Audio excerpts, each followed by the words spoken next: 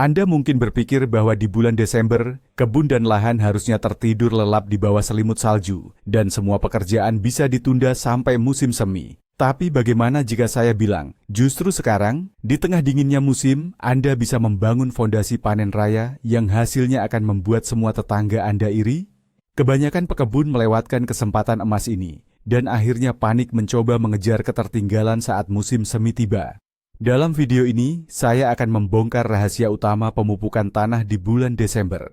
Ini adalah metode yang akan memungkinkan zat hara meresap perlahan, tapi pasti ke dalam tanah. Sehingga di hari-hari pertama yang hangat, tanaman Anda akan meledak pertumbuhannya. Siap untuk tahu bagaimana cara memaksa musim dingin bekerja untuk panen Anda di masa depan? Kalau begitu, tonton sampai selesai. Untuk mengerti kenapa bulan Desember itu sangat krusial, mari kita intip sedikit apa yang terjadi di bawah tanah. Di permukaan, memang dingin dan tenang, tapi di dalam tanah, proses biologis yang lambat terus berjalan. Mikroorganisme tidak sepenuhnya mati atau tidur total. Mereka hanya memperlambat aktivitasnya, dan inilah yang menguntungkan kita. Berbeda dengan musim semi, di mana kita butuh pupuk cepat saji untuk membuat tanaman langsung tancap gas. Di musim dingin kita fokus pada pemberian pupuk jangka panjang. Bahan organik yang kita berikan di bulan Desember tidak akan cepat hanyut terbawa air lelehan salju. Mereka akan terurai secara bertahap, memperkaya tanah dan memperbaiki strukturnya. Menjelang musim semi, tanah Anda tidak hanya subur, tapi juga gembur, hidup, penuh humus, dan benar-benar siap menerima benih. Ini ibarat memasak makanan dengan teknik slow cooking atau perebusan lambat, rasa yang dihasilkan akan jauh lebih kaya dan meresap. Begitu juga dengan tanah. Pemupukan di musim dingin adalah kunci transformasi tanah yang mendalam dan berkualitas. Baiklah, mari kita mulai dengan rajanya bahan organik, kompos. Banyak yang beranggapan bahwa mengaplikasikannya di musim dingin itu sia-sia, karena akan membeku dan tidak akan ada manfaatnya. Nah, disinilah letak kesalahpahaman utamanya. Padahal Desember justru adalah waktu yang sangat ideal untuk menaburkan kompos yang sudah matang sempurna. Mengapa? Pertama, Anda tidak perlu terburu-buru. Anda bisa menyebarkannya ke bedengan dengan santai, tanpa khawatir merusak tunas atau bibit muda. Kedua, selama musim dingin di bawah salju, kompos akan melewati beberapa siklus pembekuan dan pencairan, freeze-thaw. Proses ini akan merusak strukturnya, membuat nutrisi yang terkandung menjadi lebih mudah diakses oleh bakteri tanah, dan pada akhirnya siap diserap oleh akar tanaman saat musim semi tiba. Tebarkan kompos dengan ketebalan antara 3 hingga 5 cm langsung di permukaan tanah. Tidak perlu mencampurnya ke dalam tanah. Curah hujan musim dingin dan cacing tanah akan melakukan semua pekerjaan untuk Anda, secara bertahap menarik zat-zat berharga itu ke lapisan yang lebih dalam. Bayangkan pemandangan ini. Di layar terlihat bedengan yang tertutup salju, dan di atas salju atau tanah yang beku, kompos berwarna gelap dan gembur disebarkan dengan hati-hati. Ini adalah contoh nyata bagaimana kita menciptakan selimut nutrisi bagi tanah kita. Bahan andalan kita berikutnya dalam daftar ini adalah pupuk kandang yang sudah matang, alias pupuk yang benar-benar terurai sempurna. Dan kata kuncinya di sini adalah terurai sempurna. Jangan pernah, ingat ya, jangan pernah menggunakan pupuk kandang segar untuk persiapan musim dingin. Pupuk segar mengandung amonia berlebihan yang dapat membakar akar tanaman saat musim semi tiba. Selain itu, pupuk segar juga membawa biji-biji gulma yang pasti akan tumbuh subur di lahan Anda. Nah, pupuk kandang berkualitas yang sudah disimpan minimal 2 hingga 3 tahun, itu baru namanya emas murni. Pupuk matang ini kaya akan nitrogen dalam bentuk yang dilepaskan secara perlahan. Selain itu, ia juga sangat baik untuk memperbaiki struktur tanah, menjadikannya lebih gembur, mudah menyerap dan menyimpan air, serta memiliki aerasi yang baik. Dosis penggunaannya adalah sekitar 1 ember untuk setiap 1 hingga 2 meter persegi lahan. Caranya sama seperti saat Anda mengaplikasikan kompos. Sebarkan secara merata di permukaan tanah dan biarkan proses alami berjalan selama musim dingin. Pemberian pupuk ini sangat disukai, khususnya oleh calon bedengan untuk menanam mentimun, zukini, labu, dan kol. Visual. Anda bisa menunjukkan perbedaan visualnya. Tumpukan pupuk kandang segar yang baunya menyengat versus massa pupuk matang yang berwarna gelap, remah dan berbau seperti tanah hutan. Hal ini akan menekankan betapa pentingnya memilih bahan yang tepat. Sekarang, mari kita bahas tentang kotoran burung. Pupuk ini adalah konsentrat sejati, semacam energi booster bagi tanah. Tapi penggunaannya harus super hati-hati, bahkan di musim dingin. Sama seperti pupuk kandang yang masih baru, kotoran burung segar tidak boleh digunakan sama sekali. Sifatnya sangat keras dan bisa merusak mikroflora tanah. Namun, jika Anda memiliki kotoran burung yang sudah dikeringkan atau yang berbentuk butiran, granul, Desember adalah waktu yang ideal untuk mengaplikasikannya. Selama musim dingin, konsentrasinya akan melunak, senyawa-senyawa agresifnya akan terurai, dan saat musim semi tiba, tanah akan mendapat dorongan nitrogen dan fosfor yang kuat dalam bentuk yang mudah diserap. Cara menaburkannya harus sangat hemat, ibarat menaburkan garam, hanya taburkan tipis-tipis di permukaan tanah. Dosisnya jangan lebih dari 200 hingga 300 gram per meter persegi. Setelah selesai, sebaiknya tutup pupuk ini dengan lapisan tipis tanah atau kompos. Pupuk ini sangat cocok untuk area tanam di mana Anda berencana menanam tomat, cabai, dan terong. Di sini kita bisa menampilkan animasi visual, bagaimana zat konsentrat dari butiran pupuk perlahan larut di bawah salju dan meresap secara merata ke lapisan atas tanah. Kita juga jangan lupakan harta karun yang berasal dari tungku pembakaran, abu kayu. Ini adalah sumber kalium, fosfor, kalsium, dan sekitar 30 jenis mikronutrien penting lainnya yang sangat berharga. Menariknya, semua nutrisi ini sudah tersedia dalam bentuk yang mudah diserap oleh tanaman. Kalium berperan penting dalam meningkatkan imunitas tanaman, daya tahannya terhadap penyakit dan kekeringan, serta menentukan rasa dan tingkat kemanisan buah yang akan dihasilkan. Pengaplikasian abu di bulan Desember sangat dianjurkan. Selain memberi nutrisi, abu juga berfungsi untuk menetralkan keasaman tanah. Selama musim dingin, sifat basa yang terkandung dalam abu akan bekerja secara perlahan namun efektif untuk menetralkan tingkat keasaman yang berlebihan, kondisi yang tidak disukai oleh sebagian besar tanaman kebun. Dosis aplikasinya cukup sekitar 1 gelas per meter persegi. Cukup sebarkan saja secara merata di permukaan bedengan atau media tanam. Poin penting yang harus diingat, jangan pernah gunakan abu dari pembakaran sampah, kayu yang dicat, atau papan partikel. Pastikan abu hanya berasal dari kayu murni atau sisa-sisa tanaman yang bersih. Sebagai ilustrasi visual, Anda bisa menampilkan rekaman di mana seorang pekebun sedang mengayak abu yang berwarna abu-abu dan halus di atas bedengan. Ini akan menciptakan citra produk yang murni dan bermanfaat. Mari kita telaah lebih dalam tentang pupuk yang bekerja jangka panjang, seperti tepung tulang, bone meal.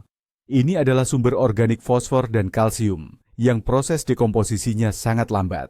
Jika Anda aplikasikan di musim semi, efek penuhnya mungkin baru terasa menjelang pertengahan musim panas atau bahkan baru di musim tanam berikutnya. Namun, pengaplikasian di bulan Desember ini adalah skenario yang paling ideal. Selama bulan-bulan yang panjang di musim dingin dan musim semi, tepung tulang akan mulai terurai perlahan-lahan berkat mikroorganisme tanah.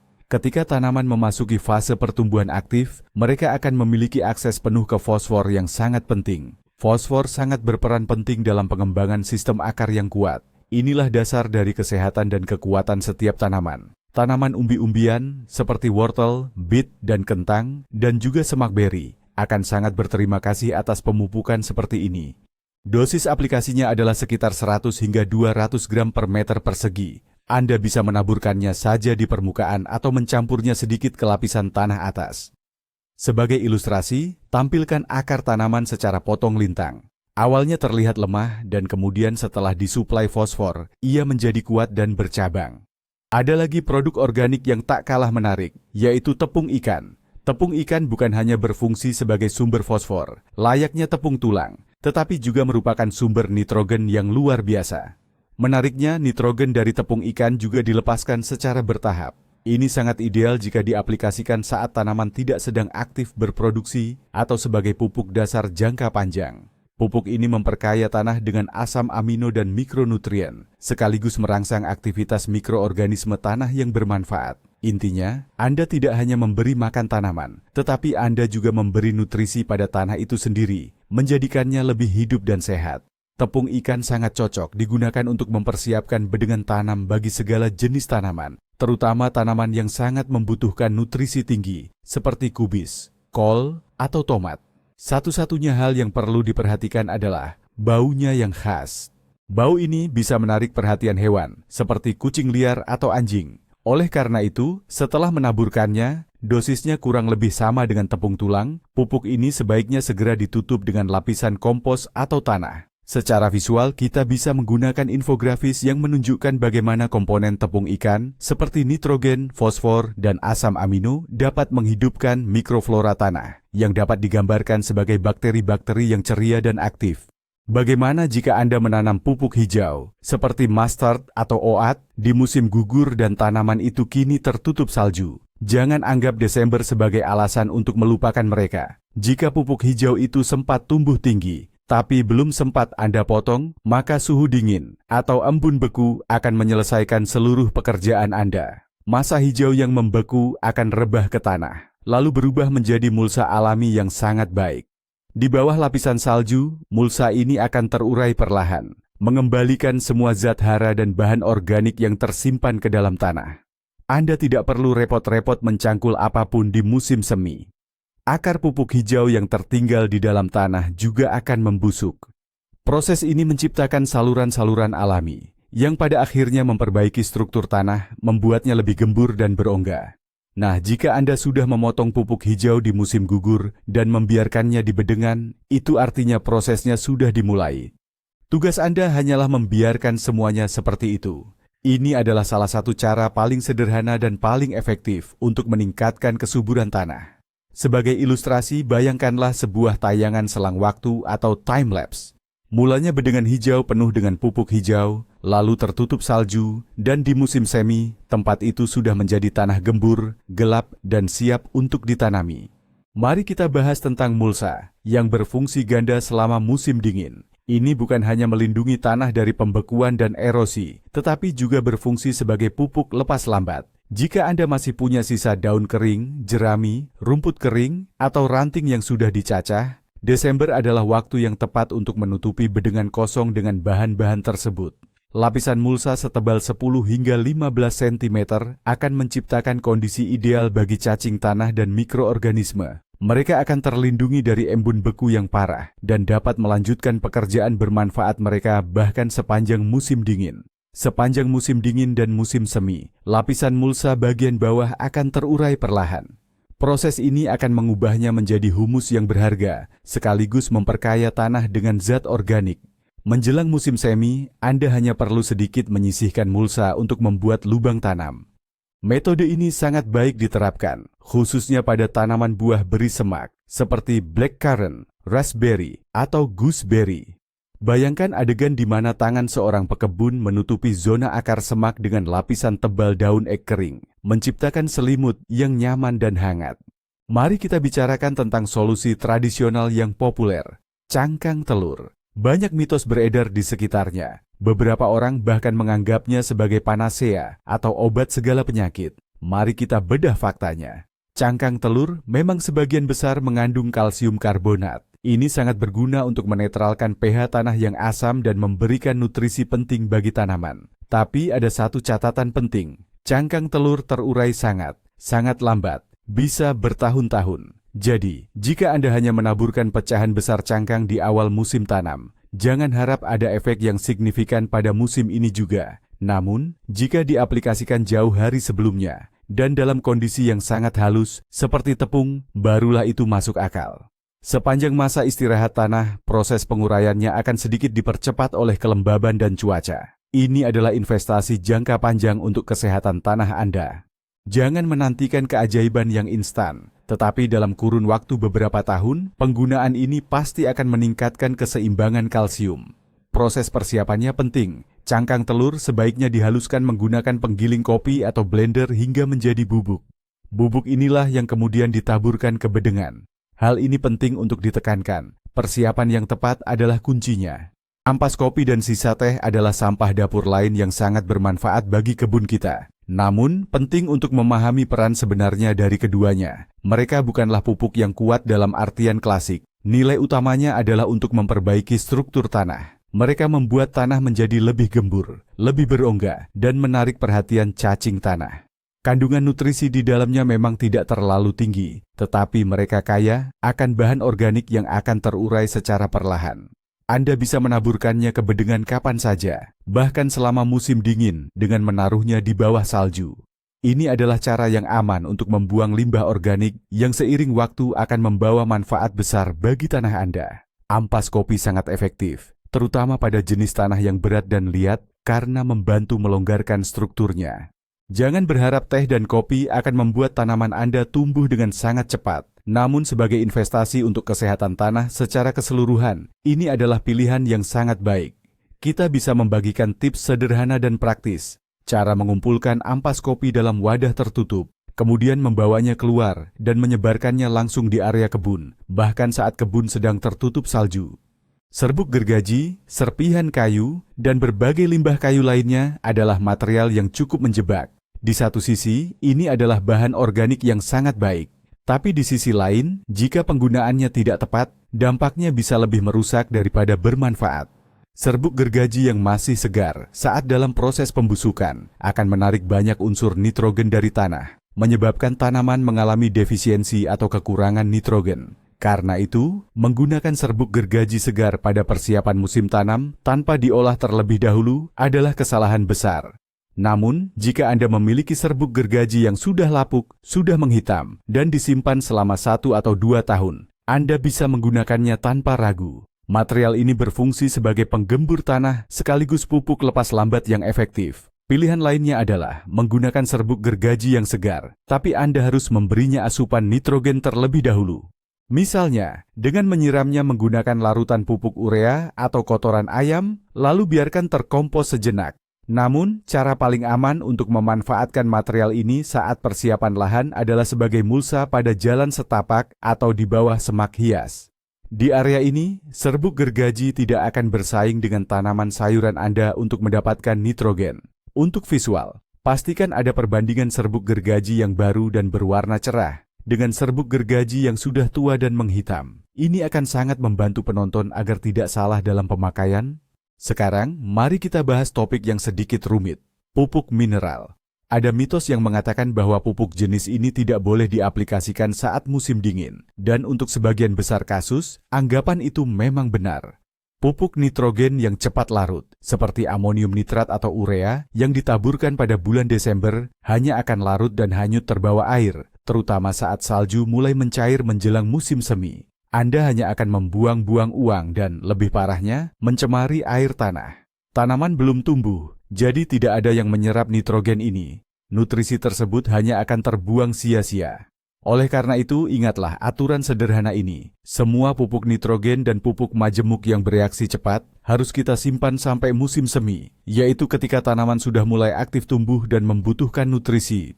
Menggunakannya di musim dingin sama saja, seperti menyiapkan makan malam untuk tamu yang baru akan datang 3 bulan kemudian. Tentu saja, semua makanan itu akan basi. Sebagai ilustrasi, bayangkan animasi ini. Butiran pupuk larut di salju dan aliran air membawa nutrisi jauh ke dalam tanah, melewati zona akar yang seharusnya menyerapnya nanti. Namun, ada pengecualian untuk aturan penggunaan pupuk mineral ini. Pengecualian ini berlaku untuk pupuk fosfor, P, dan kalium, K, yang sangat lambat larut dan pergerakannya minimal di dalam tanah. Terutama adalah superfosfat, khususnya superfosfat ganda atau TSP dan kalium sulfat. Pupuk ini bisa diaplikasikan saat pengolahan tanah sebelum musim tanam, jika Anda mempraktikkannya, atau cukup disebar merata di permukaan. Selama periode non-tanam, pupuk akan punya waktu untuk larut perlahan dan menyebar secara merata ke seluruh zona perakaran. Saat tiba musim tanam, fosfor dan kalium sudah dalam bentuk yang siap diserap, sehingga tanaman bisa langsung menggunakannya sejak hari-hari pertama pertumbuhan. Ini sangat penting terutama bagi jenis tanah liat yang berat dan juga tanah masam. Dosis aplikasinya harus dilihat pada petunjuk kemasan, namun umumnya berkisar antara 30 hingga 40 gram per meter persegi. Teknik agronomi ini sangat dianjurkan jika hasil uji tanah Anda menunjukkan adanya kekurangan elemen-elemen tersebut. Sebagai ilustrasi, tunjukkan butiran superfosfat yang tersebar di tanah, dan jelaskan bahwa perjalanan pupuk ini menuju akar membutuhkan waktu hingga beberapa bulan. Persiapan media tanam di greenhouse adalah hal yang patut mendapat perhatian khusus. Bahkan di greenhouse yang tidak dipanaskan sekalipun, tanah di dalamnya tidak akan membeku seperti tanah di luar. Proses mikrobiologis di sini cenderung berjalan lebih aktif. Bulan Desember adalah waktu yang ideal untuk melakukan pembersihan total dan menyehatkan kembali media tanam. Singkirkan semua sisa tanaman yang ada. Setelah itu, tebarkan kompos atau pupuk kandang dalam jumlah yang cukup banyak secara merata. Anda juga bisa menanam tanaman penutup tanah, sidrata, yang tahan dingin, misalnya gandum raye. Tanaman ini tidak hanya akan memperkaya nutrisi tanah, tetapi juga menyehatkannya dengan menekan perkembangan jamur, patogen, dan nematoda. Jika media tanam di greenhouse sudah sangat terkuras sepanjang musim ini, Anda juga dapat menambahkan pupuk mineral lepas lambat yang telah kita bahas sebelumnya. Yang terpenting, setelah semua prosedur ini, pastikan kelembapan tanah terkunci dengan baik. Anda cukup menaburkan lebih banyak salju ke dalam greenhouse. Ketika salju mencair, airnya akan membasahi tanah dengan kelembapan yang sangat dibutuhkan untuk semua proses dekomposisi bahan organik. Visualisasi greenhouse yang bersih dan rapi, di mana seorang tukang kebun sedang menyekop salju yang lembut ke dalamnya. Kalau Anda berencana menanam kentang dalam jumlah besar tahun depan, persiapan lahan harus dilakukan jauh-jauh hari. Kentang itu sangat suka tanah yang gembur, bernutrisi, dan merespons baik terhadap bahan organik. Di bulan Desember, Anda bisa mulai menebar pupuk kandang atau kompos di lahan kentang yang akan dipakai. Tapi, lebih bagus lagi kalau Anda pakai campuran nutrisi organik yang lengkap. Untuk setiap meter persegi, taburkan kira-kira setengah ember pupuk kandang, 1 gelas abu kayu, dan 1 sendok makan super fosfat.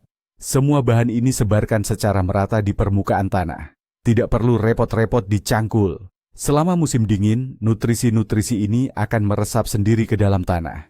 Saat musim semi tiba, Anda tinggal membuat parit atau lubang tanam untuk proses penanaman. Persiapan awal seperti ini akan meningkatkan hasil panen secara signifikan, sekaligus membuat rasa umbi kentang jadi lebih enak.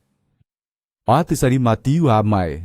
Sebagai panduan visual infografis, bayangkan ini adalah peta lahan Anda. Di atasnya lapis demi lapis kita tebarkan pupuk kandang, abu kayu, dan super fosfat, kemudian ditutup oleh salju. Tunjukkan panah yang mengarah ke gambar kentang yang besar dan bersih. Bedengan untuk calon tanaman umbi seperti wortel, beet, atau parsnip juga membutuhkan penanganan khusus. Aturan utamanya sangat jelas, jangan pernah menggunakan bahan organik segar, menambahkan pupuk kandang yang masih baru, atau kompos yang belum matang ke media tanam umbi akan menyebabkan hasilnya jadi jelek, bercabang, dan tidak bisa disimpan lama.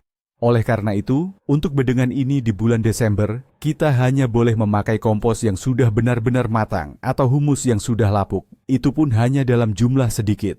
Fokus utama kita adalah kalium dan fosfor, nutrisi yang bertanggung jawab agar umbi tumbuh besar, lurus dan manis. Pilihan ideal untuk penyuburan di musim dingin adalah abu kayu dan tepung tulang atau superfosfat. Taburkan saja di permukaan bedengan calon tanam, biarkan musim dingin melakukan tugasnya. Saat musim semi tiba, tanah akan siap untuk ditanam, dan Anda akan mendapatkan panen umbi yang sempurna, lurus, mulus, dan lezat. Sebagai pengingat keras, Anda bisa menunjukkan foto wortel yang bengkok, bercabang seperti tanduk, dan menjelaskan bahwa itulah hasil dari kesalahan dalam pemberian bahan organik. Banyak pecinta tanaman yang memanfaatkan waktu jeda tanam untuk melakukan pengapuran menggunakan tepung dolomit atau kapur guna menetralkan keasaman tanah. Ini adalah langkah yang sangat tepat, mengingat proses penetralan tanah itu sendiri berlangsung sangat lambat. Desember adalah waktu yang ideal untuk prosedur ini. Namun, ada satu nuansa penting yang seringkali terlupakan. Jangan pernah menebarkan kapur atau tepung dolomit bersamaan dengan pupuk kandang, kotoran hewan, atau pupuk fosfat. Mengapa? Karena pencampuran ini akan memicu reaksi kimia yang merugikan. Nitrogen yang terkandung dalam pupuk kandang akan berubah menjadi gas amonia dan langsung menguap ke udara. Sementara itu, fosfor akan berubah menjadi senyawa yang sulit diserap oleh akar tanaman. Akibatnya, Anda kehilangan sebagian besar nutrisi penting yang seharusnya bermanfaat bagi tanaman. Baik Sunday. Oleh karena itu, penting untuk mengatur jadwal aplikasi kedua prosedur ini secara terpisah. Contohnya, lakukan pengapuran di bulan Desember, lalu tebarkan kompos atau pupuk kandang saat memasuki musim semi. Atau, Anda bisa melakukannya sebaliknya. Aturan sederhana ini akan menghemat biaya pengeluaran Anda dan sekaligus meningkatkan efektivitas pemupukan. Pada bagian ini dapat ditampilkan visualisasi sederhana berupa formula kimia atau animasi di mana molekul nitrogen terbang atau menghilang saat kapur dan pupuk kandang bertemu. Selain pemupukan, di bulan Desember penting juga untuk memikirkan struktur tanah, terutama jika tanah Anda berjenis liat dan berat. Tanah jenis ini biasanya sulit menyerap air dan udara di musim semi lama panasnya dan membentuk lapisan kerak yang sangat keras. Untuk memperbaiki struktur tanah Anda saat musim dingin tiba, Anda bisa menambahkan pasir sungai berbutir kasar atau serbuk gergaji yang sudah lapuk dan terkompos. Taburkan saja bahan-bahan ini secara merata di atas permukaan bedengan. Sepanjang musim dingin, melalui siklus pembekuan dan pencairan yang berulang, bahan-bahan ini akan berangsur-angsur tercampur dengan lapisan atas tanah, menjadikannya lebih gembur dan berstruktur. Ini adalah cara perbaikan mekanis yang sangat baik dan menjadi pelengkap sempurna untuk penambahan bahan organik. Menjelang musim semi, tanah Anda akan jauh lebih mudah diolah. Sebagai ilustrasi, mari kita tunjukkan perbedaannya. Inilah segumpal tanah liat yang padat dan lengket, dan inilah tanah yang gembur dan berbutir setelah ditambahkan pasir dan bahan organik. Dan yang terakhir, tapi yang paling penting, pupuk paling sederhana di bulan Desember adalah salju. Peran salju ini jangan sampai kita remehkan. Selimut salju melindungi tanah dan akar tanaman perennial dari suhu dingin ekstrem yang bisa menyebabkan pembekuan. Salju juga mencegah pengikisan dan erosi lapisan tanah atas yang paling subur. Namun, yang terpenting, salju adalah sumber air lelehan saat musim semi tiba. Air lelehan ini sering disebut air hidup, living water. Ia punya struktur khusus dan sangat dibutuhkan serta bermanfaat untuk tanaman. Tugas Anda sekarang adalah menahan salju agar tidak cepat hilang dari lahan Anda. Pasanglah penghalang, letakkan ranting-ranting, dan jangan buru-buru memotong sisa batang tanaman yang tinggi. Semakin banyak salju yang tertimbun di bedengan Anda, semakin banyak pula kelembapan yang didapat tanah saat musim semi. Dan kelembapan inilah yang akan melarutkan serta mengantarkan semua pupuk yang sudah kita berikan dengan penuh perhatian di bulan Desember, langsung ke calon akar tanaman.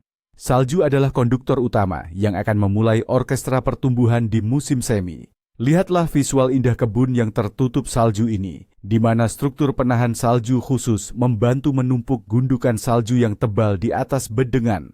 Mari kita simpulkan, seperti yang Anda lihat, Desember sama sekali bukanlah musim mati bagi para pekebun. Justru, ini adalah waktu untuk pekerjaan yang tenang, cermat, dan strategis. Saat yang lain beristirahat, Anda sedang meletakkan fondasi kuat untuk panen fenomenal di masa depan. Kita sudah memahami bahwa prinsip utama pemupukan di musim dingin adalah mengandalkan bahan organik yang bekerja lambat, seperti kompos, pupuk kandang, abu, dan tepung tulang. Kita juga sudah tahu mengapa kita tidak boleh memberikan pupuk kandang segar dan pupuk mineral yang cepat larut. Dan rahasia terpentingnya, yang merupakan sebuah fakta mengejutkan, adalah bahwa semua harta yang kita berikan ini tidak diaktifkan oleh panas, melainkan oleh dingin dan salju. Justru siklus beku cair dan pencairan salju yang lambat itulah yang membuat nutrisi tersedia dan mendistribusikannya secara merata ke dalam tanah.